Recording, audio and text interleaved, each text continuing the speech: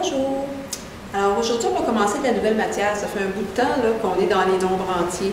Depuis le début de l'année, qu'on est dans les additions, soustractions, parce qu'on faisait les nombres naturels, après ça les nombres entiers.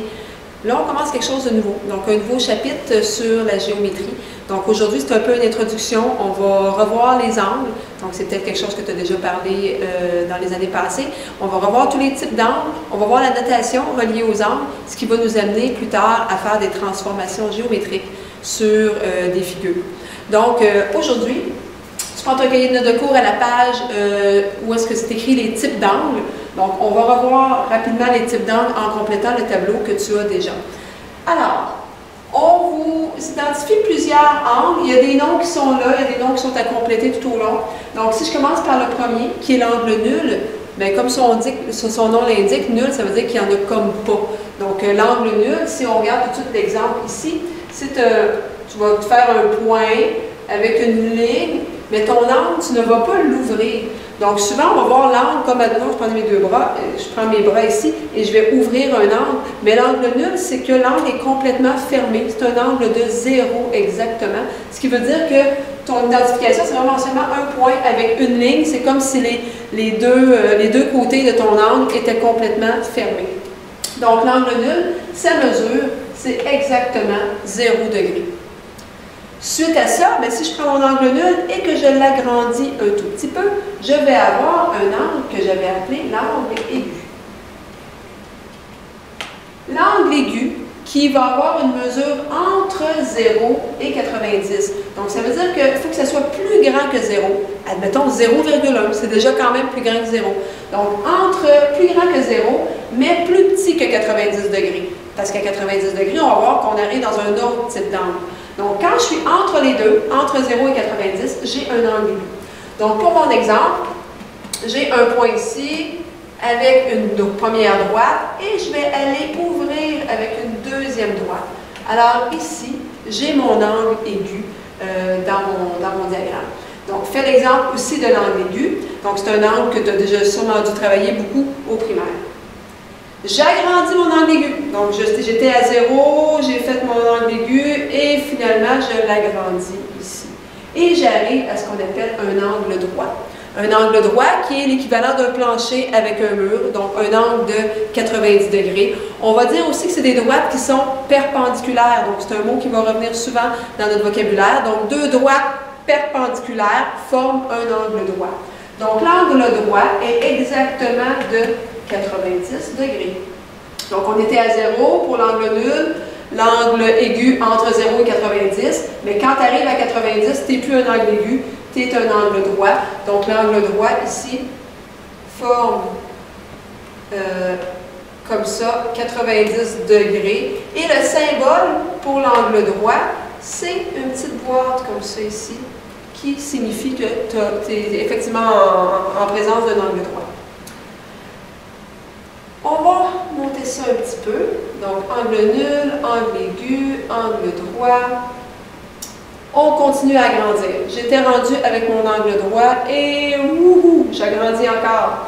Donc, mon angle qui était de 90 degrés va être rendu plus grand que 90 degrés. Donc, je suis entre 90 et 180.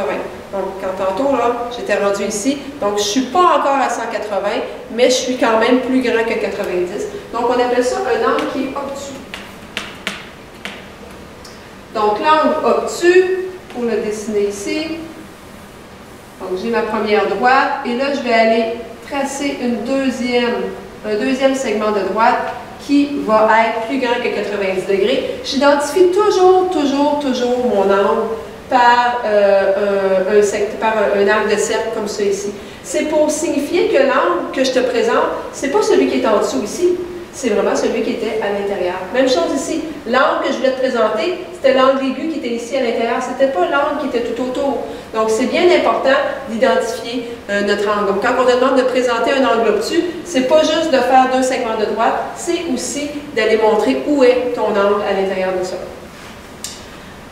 Tu continues à grandir et là, tu arrives, bon, on était à un angle obtus, tu continues, tu vas arriver à exactement 180 degrés. Mais 180 degrés, ça va te faire une droite qui est complètement plate. Donc, on appelle ça un angle plat, justement. Donc, ça veut dire qu'à partir d'ici, tu ouvres, oups, on a perdu l'image, tu ouvres complètement ici, et ça donne un 180 degrés que j'identifie encore. Donc, mon angle plat est exactement 180 degrés. On continue. On avait un angle plat et là, on tourne un peu comme les aiguilles d'un cadran. Donc, on continue à tourner, mais l'angle que je vais regarder, ça va être l'angle qui va être à partir de mon ouverture du départ. Donc, ça veut dire que quand j'étais ici, j'ai agrandi, et là, je dépasse le 180 degrés, comme ça ici. Oups, c'est mes petits rabots. Donc, l'angle qui m'intéresse, c'est l'angle qui est tout ici autour. D'où l'importance de bien identifier ton angle. Donc, c'est pas parce que j'ai un angle obtus ici à l'intérieur, mais moi, ce qui m'intéressait, c'était pas l'angle obtus, c'était l'angle qui était ici tout autour. Et ça, on appelle ça un angle rentrant. Angle rentrant. Lui va être entre 180 et 360. Donc, ce qui veut dire que j'aurais pu continuer à le faire, là. J'aurais pu me faire un autre type d'angle rentrant. Je vais en faire un ici que j'ai effacé après, là. Donc, j'aurais pu me faire un angle rentrant qui aurait eu l'air de ça. Ce serait encore un angle rentrant. Je suis entre 180 degrés et 360. 360, c'est un cercle complet. Donc, ça veut dire que quand je suis entre les deux, c'est un angle rentrant. C'est ça pour qu'on se mélange tantôt. OK. Dernier angle qui nous reste, c'est l'angle plein. Donc, je pars de mon côté qui est ici. Et là, je fais un tour complet et je ramène le deuxième côté par-dessus le premier. Donc, ce qui arrive, c'est que j'étais comme ça ici. J'ai fait un cercle complet pour revenir au début. Donc, ça veut dire que mon angle est exactement de 360 degrés. Et là, pour faire la différence entre l'angle plein et l'angle plat du début, qui était ici, mais c'est que dans l'angle plein, je vais aller signifier que mon angle est tout autour pour faire mon 360 degrés, tandis que dans l'angle plat, j'en avais pas, c'est un angle de 0. Okay? Donc, c'est la différence entre les deux, parce qu'au départ, c'est le même symbole. Là. Je me fais un point avec une droite, les deux droites, c'est comme si c'était une par-dessus l'autre. Elle étant complètement fermée, je ne vais pas aller montrer l'angle, mais le 360 degrés, lui, je vais aller l'encercler un peu pour montrer que j'ai fait un tour complet. Donc ça, c'est nos différents types d'angles qu'on va travailler cette année. Maintenant, suite à tous ces angles-là, on va voir aussi comment noter des angles. Comment noter des angles, soit à l'intérieur d'une figure, à l'intérieur de triangle, ou seulement, tu peux avoir juste un angle aussi à présenter. Donc, c'est ce que j'ai appelé la notation. Donc la notation, ils ne sont pas là, petit problème de tableau. OK. Donc, la notation, je me suis fait un triangle ici. Ça s'appelle le triangle ABC, très original. On va souvent avoir des triangles comme ça, ABC. Et là, à l'intérieur de cet angle-là, on va aller voir comment on doit noter les choses. Donc, par exemple, si je veux parler de l'angle qui est ici, bien, je ne dirais pas, tu sais, l'angle qui est en bas, à gauche, là. Non, on va le nommer, cet angle-là. Donc, cet angle-là va s'appeler l'angle BAC, par exemple. La lettre du milieu, donc, quand je nomme BAC, la lettre du milieu est tout le temps la lettre qui se retrouve exactement où tu as ton angle. Donc, ça veut dire que dans mon angle BAC, je pars d'un sommet, je m'en vais à mon angle et je m'en vais ici. Donc, l'angle que je forme avec mon doigt quand je le nomme BAC, mais c'est lui que je présente. Alors, notation. Ce symbole-là ici veut dire angle. Donc, quand tu vois symbole BAC, bien, ça signifie l'angle BAC. Je vous dis souvent, en mathématiques, je ne sais pas si c'est tout le monde, mais moi, j'ai tendance à être un petit peu paresseuse des fois, à vouloir moins écrire. Donc, on s'invente des symboles. Donc, au lieu d'écrire l'angle BAC, bien, tu écris petit symbole BAC et ça veut dire l'angle BAC. C'est plus court à écrire. Même chose quand tu veux parler de la mesure de cet angle-là. Éventuellement, on va mesurer avec un rapporteur d'angle, on va trouver des façons mathématiques, des fois aussi de calculer un angle. Donc, on va vouloir parler de la mesure qui est ici. Donc, présentement, là, je ne l'ai pas mesuré, mais je vois que c'est un angle aigu. Je pourrais faire une estimation, encore faire une hypothèse de cet angle-là. Il est probablement autour de 40 degrés à peu près. Donc, ça veut dire que pour parler de sa mesure, bien, à ce moment-là, je vais dire mesure de l'angle BAC. Mais encore là, pour ne pas avoir à écrire mesure de l'angle BAC, on s'est inventé une notation Donc, le petit m qui est là veut dire mesure. Donc, mesure, symbole de l'angle, donc mesure de l'angle BAC, mais tout ça, ça signifie la mesure de l'angle BAC. Donc, c'est beaucoup moins long à écrire ce symbole-là ici que d'écrire la mesure de l'angle BAC comme ça. Donc, c'est ce que je veux dire. Trois façons maintenant de nommer notre angle. Tantôt, je vous ai dit, je peux l'appeler l'angle BAC. Ça, c'est la première façon. Je ne sais pas s'il y en a qui se sont questionnés, puis qui se sont dit, ben, pourquoi Isabelle est partie de là pour faire ça comme ça? Est-ce qu'elle aurait pu, peut-être, partir de celui-là, puis s'en aller comme ça? Oui, j'aurais pu. Ça n'aurait pas dérangé, c'est la même chose. Donc, ici, à ce moment-là, je l'appellerais l'angle CAB à place de BAC.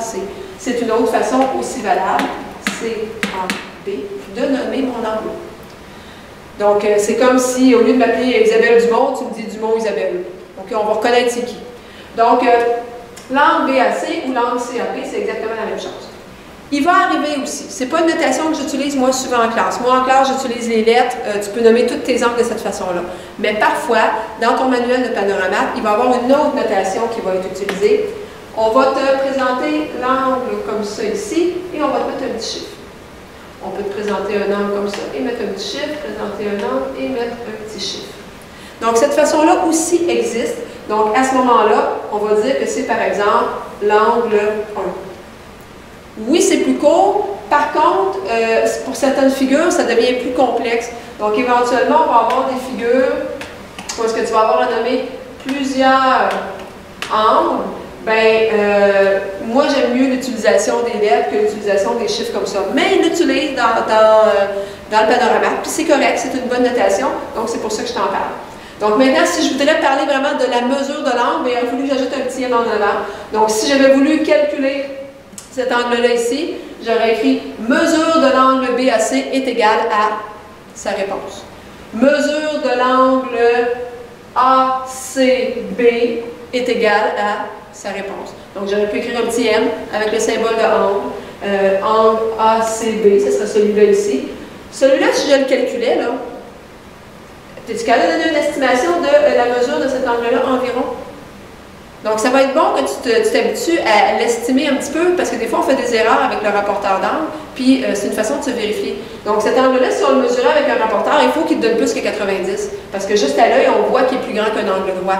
Donc, si avec ton rapporteur, tu arrives, puis là, tu te trompes un petit peu, parce qu'il y a deux lignes, deux rangées de chiffres, et que tu arrivais, je ne sais pas moi, à 77, ben dis-toi que tu as eu une erreur. Tu ne peux pas arriver à 77 quand ton angle est obtus.